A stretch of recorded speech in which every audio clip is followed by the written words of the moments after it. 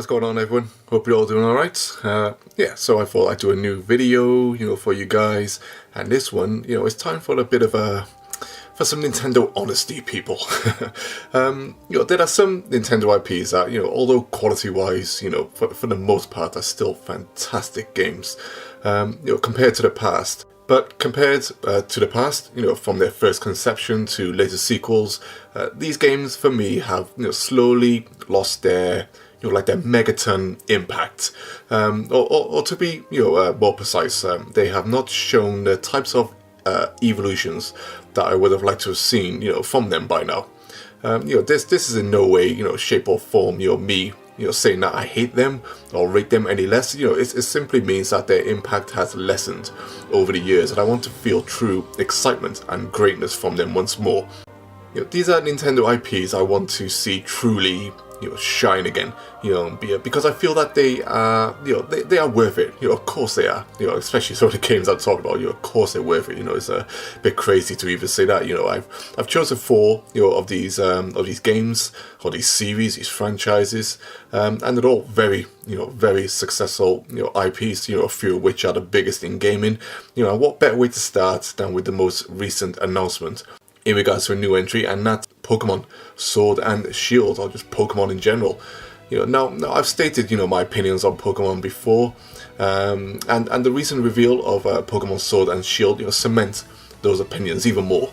The game might look fine for some, and I do agree that that there are moments that the new game at least presentation wise looks nice, but there are other times that it doesn't. But even then it's not just about the look of Pokemon Sword and Shield, it's the mechanics of the games as well. And at least from what we've seen already, right? It looks like the same old, but prettier. And this is not what I wanted from the first mainline Pokemon console game.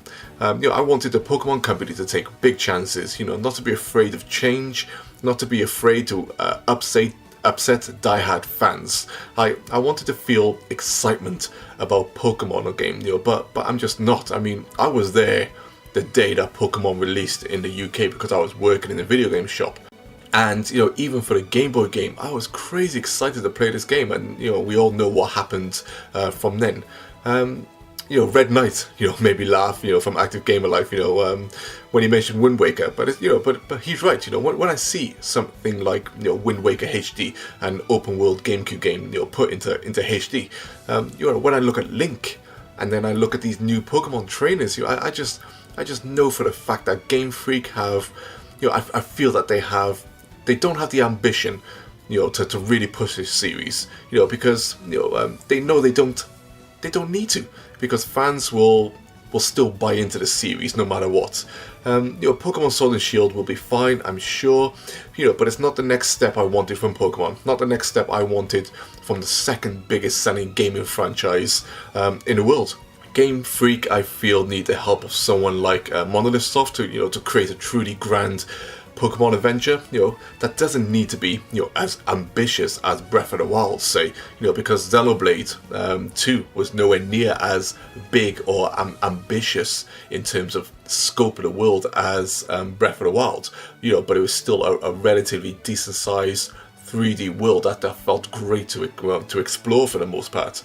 But yeah, like I said, it doesn't need to be like Breath of the Wild, but it just needs to offer a world that begs for exploration. Pokemon wants you to explore. It's that type of game. You set out on an adventure as a child from the start. This is Pokemon, and not just that. I wanted to offer new mechanics that make finding and battling Pokemon exciting. Not just the same. Since we've had since 1998. Since we've had it since 1998.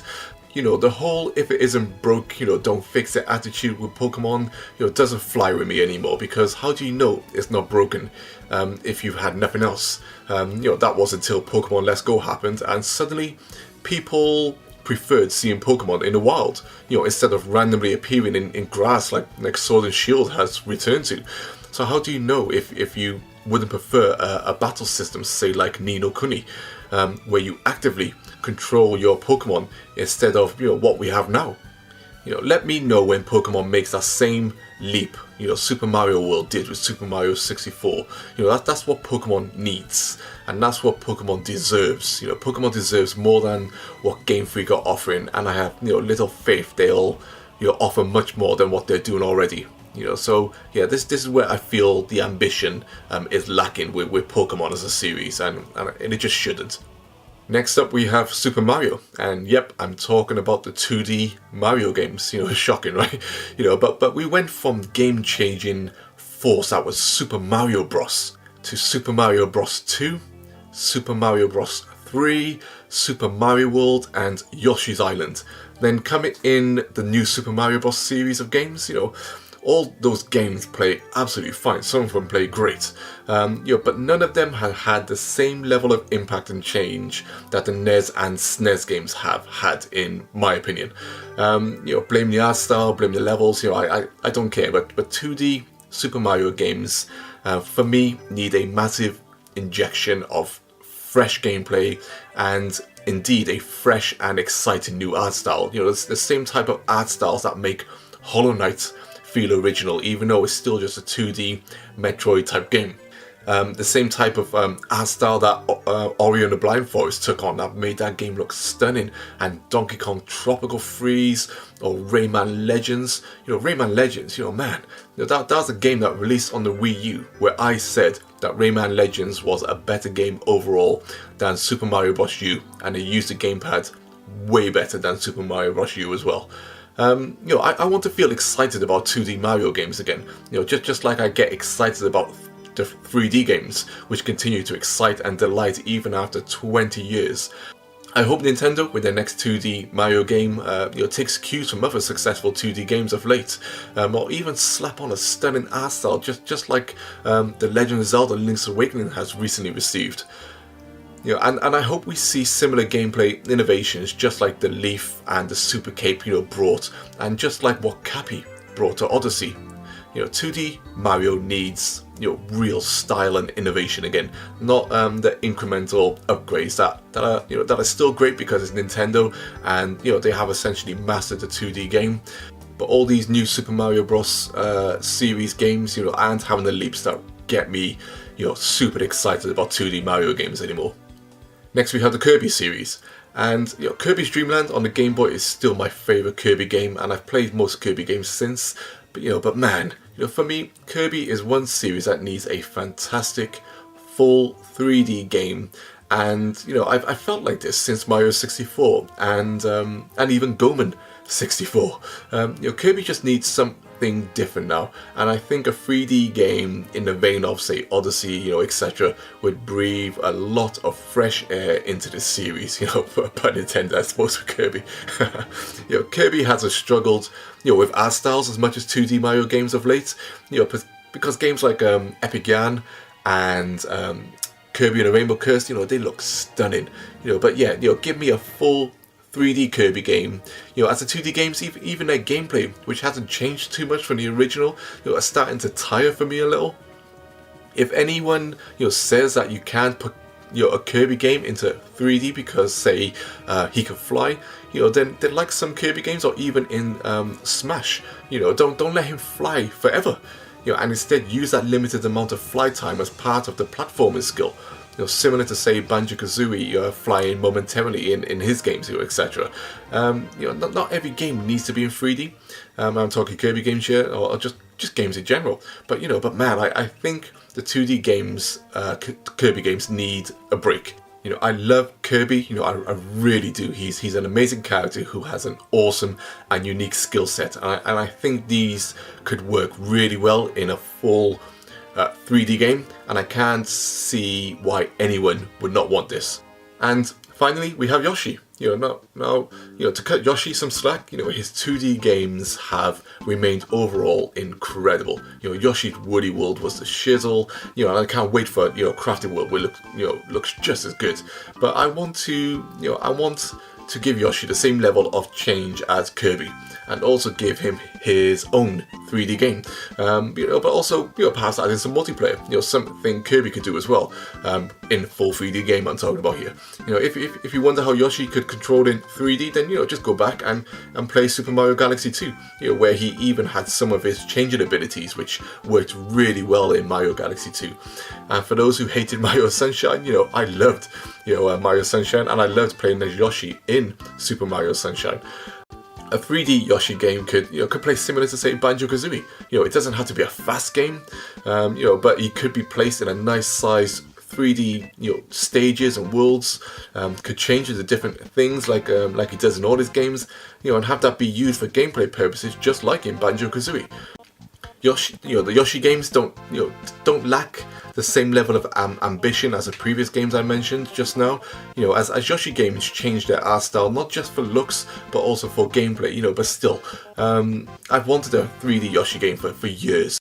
And in terms of multiplayer, think back to maybe Super Mario 64 DS, which have a fun multiplayer in 3D. So that could be applied in some way to a 3D Yoshi game, or have it as a co-op game where 4 players pick a different kind of Yoshi and all work together to tackle puzzles, etc. Maybe something like a bit like Four Swords or something like that, but in 3D.